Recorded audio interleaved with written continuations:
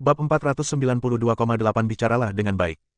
Keesokan paginya, Dev keluar dari ruangan bersama ayah mertuanya yang terus terang. Pada saat ini, tidak ada suara di kamar Humazi, dan Humazi berjalan keluar dengan dua lingkaran hitam besar di bawah matanya. Xiurui juga keluar dari ruangan. Ketika dia dan Humazi melihat seorang lelaki tua keluar dari kamar Dev, mereka semua tercengang. Sialan, Dev, kau bukan orang mesum yang suka hal seperti ini, kan?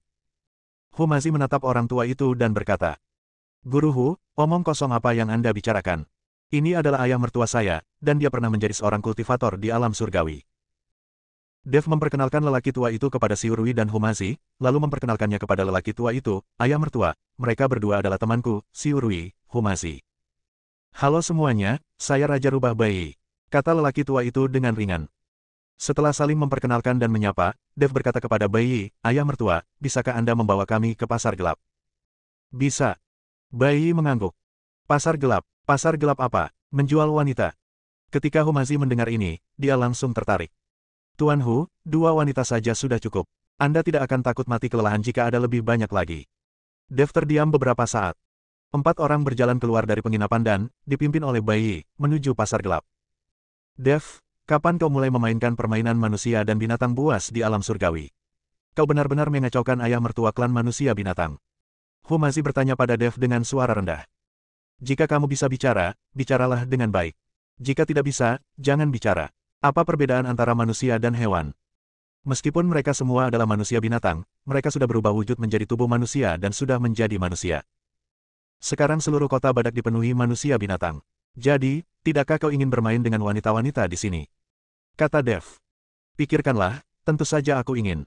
Bahkan jika wanita-wanita di sini belum berubah menjadi tubuh manusia, aku tetap ingin mencicipinya. Humazi berkata sambil tersenyum. Ketika Dev mendengar ini, dia memutar matanya dan berhenti mengobrol dengan Humazi. Orang ini terkadang berani mengatakan apa saja. Bayi membawa Dev dan yang lainnya berkeliling kota selama lebih dari 1 jam, dan akhirnya berhenti di sebuah halaman yang terlihat sangat bobrok. Di luar halaman ini, tentara berpatroli dari waktu ke waktu. Pelataran itu dalam keadaan bobrok, seolah-olah sudah lama tidak ada yang tinggal di sana. Bayi melihat sekelilingnya dan mendapati tidak ada seorang pun yang memperhatikan, jadi ia membawa Dev dan yang lainnya ke dalam halaman yang sudah bobrok itu. Setelah memasuki halaman, Bayi mengulurkan tangan kanannya dan dengan lembut menekan udara.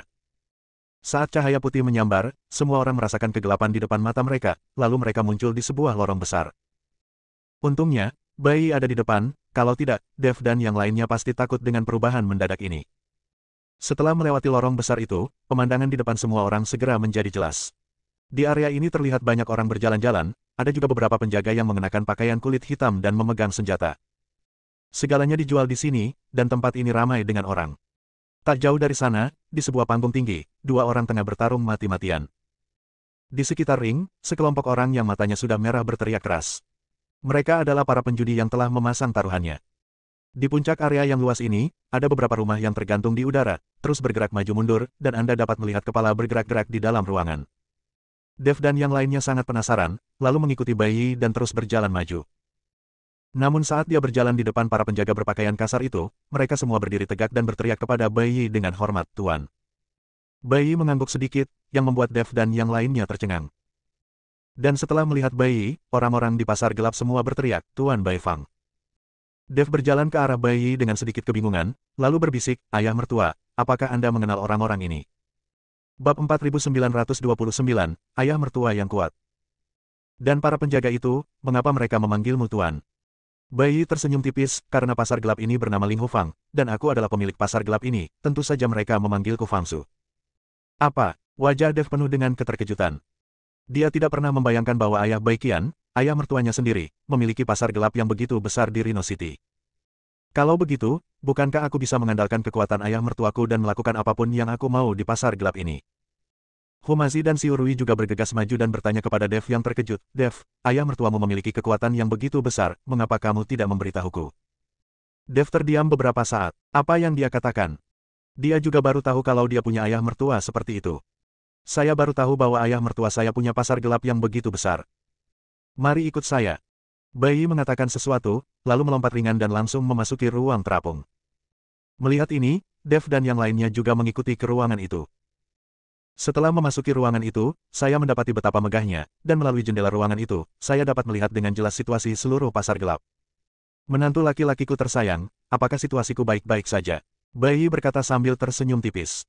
Hebat sekali. Aku tidak pernah menyangka ayah mertuaku begitu hebat. Dia telah membangun kekuatan yang begitu dahsyat hanya dalam beberapa ratus tahun. Dev memuji Bai. Namun Bai tersenyum dan berkata, itu hanya menjalankan pasar gelap.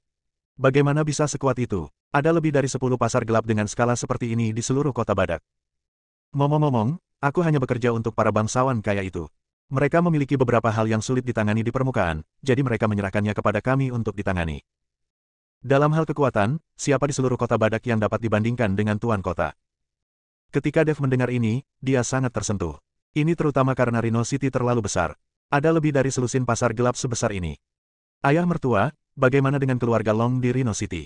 Sepertinya aku telah menyinggung seseorang dari keluarga Long tadi malam. Dev memikirkan Long Qi dan bertanya. Long Qi yang kau kalahkan tadi malam, jangan remehkan dia karena dia sedang pamer. Keluarga Long tidak terlalu kuat. Jika keluarga Long berani mencari masalah denganmu, aku bisa mengatasinya. Kau bahkan tidak perlu memikirkannya. Jika kau benar-benar kuat, apakah kau akan curang dalam kompetisi dan memasuki istana penguasa kota? Keluarga yang benar-benar berkuasa di Rhino City tidak perlu bersusah payah. Mereka pasti sudah menyekolahkan anak-anak mereka di City Lord's Mansion sejak lama. Bai berkata sambil tersenyum meremehkan. Dev memikirkannya dan itu masuk akal. Jika sebuah keluarga benar-benar berkuasa, mengapa mereka repot-repot berbuat curang di arena? Sama seperti anak-anak dari keluarga besar di dunia sekuler, siapa yang akan mengikuti sekelompok orang biasa untuk mengikuti ujian pegawai negeri dan bahkan mencoba menyontek? Cukup satu panggilan telepon dan satu kali makan, tempat Anda akan dipesan, dan itu adalah posisi acak, hampir tanpa menyebutkan nama Anda. Jadi dia hanya berpura-pura, jadi aku tidak perlu takut. Sebenarnya, Dev selalu khawatir tentang balas dendam Long Qi. Bagaimanapun, dia adalah tempat yang asing, dan Humazi serta si Urui keduanya manusia. Jika identitas mereka terbongkar, mereka tidak akan dapat memperoleh pijakan di Rhino City. Aku akan melindungimu mulai sekarang. Selama kamu tidak bertindak terlalu sok dan menyinggung orang penting, tidak akan terjadi apa-apa. Tetapi kalian berdua, sahabat manusia, tidak boleh mengungkapkan identitas manusia kalian, jika tidak, tidak ada yang bisa melindungi mereka. Bai berkata pada Dev. Jangan khawatir, ayah mertua. Aku akan membuat mereka berhati-hati. Saya akan naik ring dan mencoba mengalahkan mereka beberapa kali terlebih dahulu. Dev siap bertarung dan tidak dapat menahan diri lebih lama lagi. Meskipun Dev mungkin bukan lawan mereka jika dia menggunakan kekuatan aslinya, jika dia hanya mengandalkan kekuatan fisik dan ketangguhannya, orang-orang ini hanyalah orang bodoh di matanya. Kenapa kamu mencoba? Ini tempatmu sendiri. Kalau kamu datang dan menghajar semua orang, tidak akan ada yang datang. Bukankah ini akan merusak bisnismu? Bai memberi Dev pelajaran. Bab 4930, merusak pemandangan.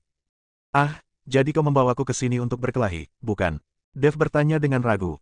Ini kompetisi, bukan pertengkaran dengan keluargaku sendiri. Aku akan membiarkanmu berkenalan dengan keluargaku terlebih dahulu. Mulai sekarang, ini adalah properti keluargaku, jadi kamu harus membantuku mengurusnya.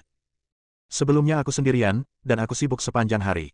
Sekarang setelah kamu di sini, aku seharusnya bisa sedikit bersantai. Koin dan sumber daya abadi yang diperoleh setiap hari di pasar gelap seharusnya cukup bagimu untuk berlatih. Aku akan membawamu ke pasar gelap milik orang lain untuk mengacaukan segalanya nanti, jadi jangan membuatku malu. Bai memberi instruksi pada Dev. Ayah mertua, jangan khawatir, aku tidak akan pernah mempermalukanmu. Dev menepuk dadanya dan meyakinkan. Pada saat ini, Dev tiba-tiba menemukan bahwa ayah mertuanya memiliki sedikit kesan sebagai bapak baptis dunia bawah di dunia sekuler.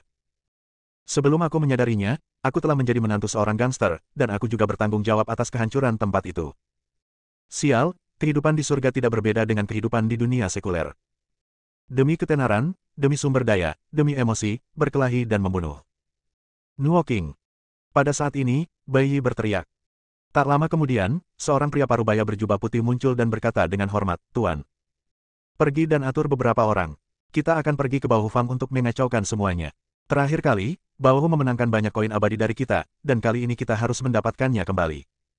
Ini menantuku. Dia akan segera menjadi orang kedua yang memimpin Spirit Fox Shop. Tolong temui dia. Bai berkata pada Nuoking. Nuoking melirik Dev, dengan ekspresi ragu dan bingung di matanya. Bagaimana mungkin seorang pria yang berada di alam abadi tingkat pertama menjadi menantu Bai? Ingin menjadi orang kedua yang memegang komando di Linghufang. Namun, karena Bai hadir, Nuoking hanya bisa berkata kepada Dev, saya harap Anda akan mendukung saya di masa depan. Oke, Dev mengangguk berulang kali. Nuoking pergi untuk mengumpulkan orang-orang. Bai mengajak Dev, Humazi dan Siurui berkeliling pasar gelap lagi agar Dev dapat mengenalinya. Setelah Nuoking mengumpulkan orang-orang, Bai Yi memimpin semua orang meninggalkan pasar gelap dan menuju Bao Hufang. Bai Yi membawa Dev dan yang lainnya dan segera tiba di Bao Hufang. Bao Hufang juga berada di tempat yang sangat terpencil dengan formasi di sekelilingnya. Diteleportasi ke Bao Hufang melalui formasi, tampaknya pasar gelap ini sama, di bawah tanah kota badak, dan pintu masuk serta keluarnya disembunyikan oleh formasi. Setelah memasuki Bao Hufang, Dev menemukan bahwa skala Bao Hufang sedikit lebih besar dari Ling Hufang, tetapi fasilitasnya tidak terlalu canggih dan tampak agak sederhana. Old White, kamu tidak yakin dan kamu ingin mengacaukan segalanya. Pada saat ini, seorang pria setengah baya yang tinggi dan berotot datang mendekat. Bao Hu, kau menghancurkan tempatku terakhir kali dan memenangkan banyak koin abadi dan sumber daya. Kali ini, tentu saja aku harus menghancurkan tempatmu lagi. Ucap Bai Yi sambil menatap harimau yang ganas itu. Tidak masalah, kamu selalu dipersilakan untuk menghancurkan tempatku, asalkan kamu punya kemampuan untuk melakukannya. Tapi sepertinya kau tidak punya bawahan yang kuat, kan? Dan ku dengar kau pergi ke arena resmi untuk mencari kandidat. Apakah kamu sudah pikun? Arena kompetisi resmi sekarang hanya lelucon. Arena itu penuh dengan penipu. Di mana kamu bisa menemukan pejuang sejati? Bao Hu mencibir dan menatap Bai Yi dengan tatapan mengejek. Bao Hu, jangan terlalu cepat senang. Hari ini aku akan mempertemukan menantuku denganmu, pendekar Bao Hufang. Bai Yi berkata dengan dingin. Dia telah menyaksikan kekuatan tubuh Dev tadi malam, jadi dia masih percaya pada Dev. Menantu laki-lakiku tersayang, kapan kamu punya anak perempuan? Bao Hu bingung, saya telah mengenalmu selama ratusan tahun, dan saya belum pernah melihatmu memiliki seorang anak perempuan.